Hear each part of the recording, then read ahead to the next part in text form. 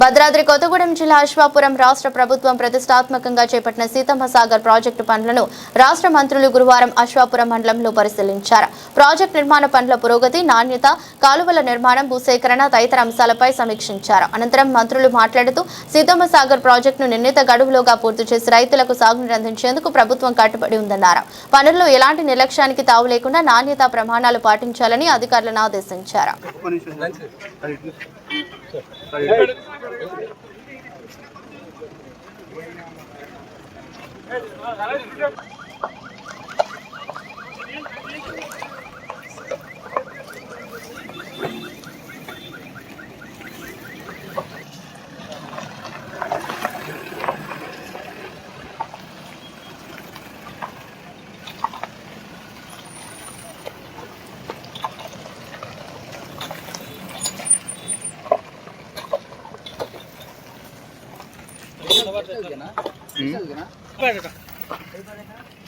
దిగిన దగ్గర ఆగరట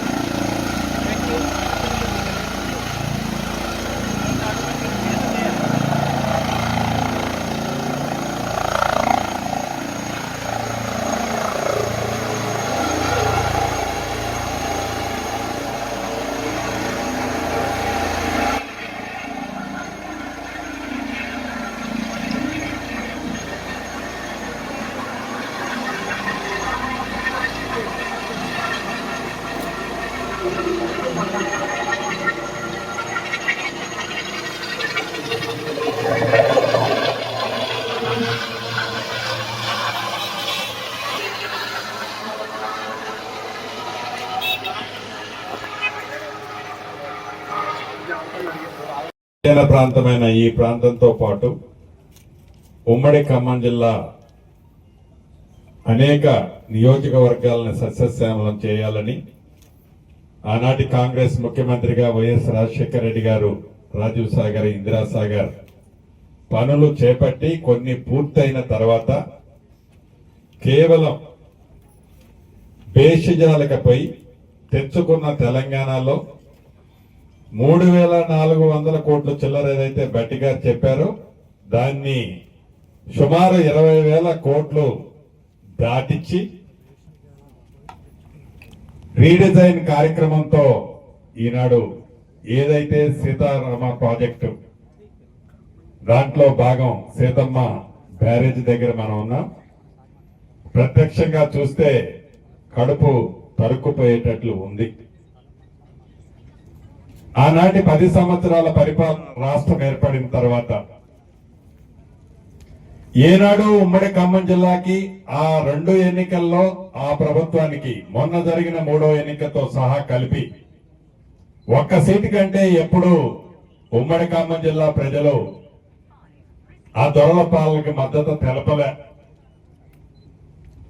దాన్ని మనసులో పెట్టుకొని కచ్చ పెట్టుకొని ఈ గిరిజన ప్రాంతమైన ఈ భద్రాద్రి కొత్తగూడెం జిల్లా కానీ ఖమ్మం జిల్లా కానీ అన్యాయం చేశారు అనడానికి స్పష్టతే ఈ సీతారామ ప్రాజెక్టు. మీ దీవెనలతో వచ్చిన ఈ ప్రభుత్వం ఆనాటి ఉమ్మడి ఆంధ్రప్రదేశ్ లో రాజశేఖర రెడ్డి గారు చేపట్టిన అన్ని ప్రాజెక్టులని రీడిజైన్ పేరుతో బేషిజాలకపోయి వారి మార్కు ఉండదు అని ఒక దురుద్దేశంతో వాటన్నిటినీ వైండప్ చేస్తే ఈ ప్రజా ప్రభుత్వం ఇందిరమ్మ రాజ్యం గౌరవ ముఖ్యమంత్రి రేవంత్ రెడ్డి గారి నాయకత్వంలో వచ్చిన తర్వాత ఎక్కడ భేషజానికి పట్టుదలకి పోకుండా వారు తప్పు చేశారని తెలిసి కూడా తప్పుని వీలైనంత సరిదిద్దుతూ వీలైనంత ఖర్చుని తగ్గించే ప్రయత్నం చేస్తూ ఇక్కడ సీతారామ ప్రాజెక్టు గాని అక్కడ సాధ్యాసాధ్యాలు పరిశీలించి మహా అద్భుతమైన ప్రపంచంలో 8వ మహా అద్భుతమని చెప్పే కాళేశ్వరాన్ని కూడా సరిదిద్దాలనే తపన ఉందే తప్ప ఈ ప్రభుత్వానికి బేసిజాలకు పోయి వారి కట్టిన ప్రాజెక్టుని పక్కన పెట్టాలనో వదిలేయాలనో ఈ ప్రభుత్వం అనుకోదు కూడా. ఏదైతే కాళేశ్వరం వారి మెదకు వారి ఫామ్ హౌస్ చుట్టూ నీళ్లు తెచ్చుకోవడానికి పడ్డ తాపత్రయం ఆలోచన ఈ గిరిజన ప్రాంతాన్ని సస్యశ్యామలం చేయాలి, ఈ సీతారామ ప్రాజెక్ట్ ని చిత్తశుద్ధితో పూర్తి చేయాలని వారి ఆలోచన నాకు తెలిసి వారు ఆలోచించింది కరెక్టేనేమో. ఎందుకంటే ఇక్కడ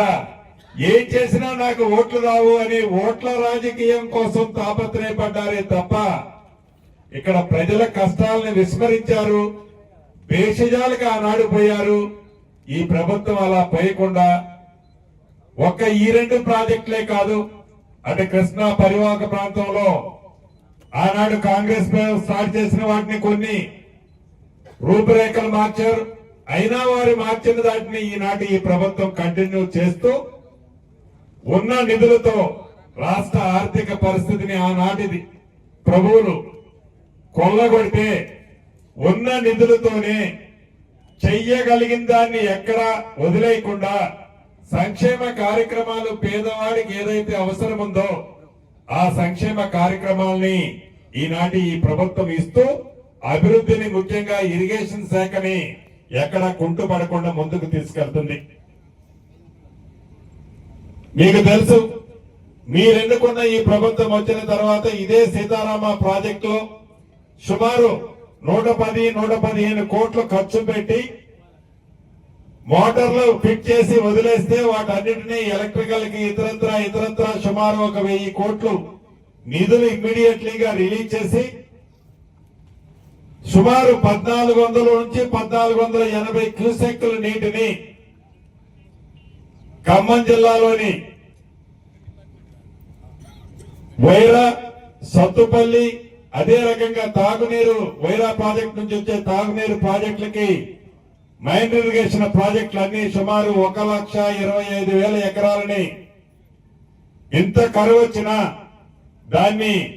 పంట పండించాలనే చిత్తశుద్ధితో ఈ ప్రభుత్వం ఆల్రెడీ మోటార్ లాంచ్ చేసి ఈ వచ్చే నీటిని